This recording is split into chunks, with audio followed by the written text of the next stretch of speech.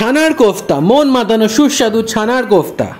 আপনারা হয়তো অনেকেই বাড়িতে বা রেস্টুরেন্টে ছানার কোফতা খেয়েছেন, কিন্তু এইভাবে ছানার কোফতাটা যদি একবার বানান জীবনের স্বাদ ভুলতে পারবেন, আমি গ্যারেন্টি দিয়ে বলছি। এই রেসিপির সিক্রেটটা হলো যে ছানাটা যে মাখবেন আপনি তখন তার মধ্যে একটু যেন জল না থাকে, একদম ড্রাই ছানা থাকবে।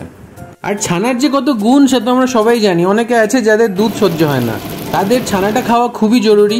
এতে ক্যালসিয়াম থাকে, হাড় মজবুত হয়, শরীর সুস্থ ভালো থাকে।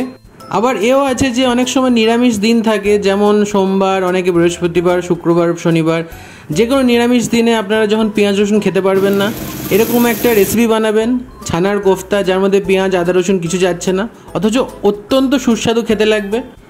এই ছানার কোফতার সাথে বাসন্তী পোলাও জাস্ট আলাদা লেভেলের কম্বিনেশন। দুপুরবেলা লাঞ্চ জমে যাবে। বাসন্তী পোলাও রেসিপিটা আমরা আগামী এপিসোডে দেখাবো। এটা কিন্তু মাস্ট ট্রাই রেসিপি, আপনারা অবশ্যই সবাই বাড়িতে ট্রাই করবেন।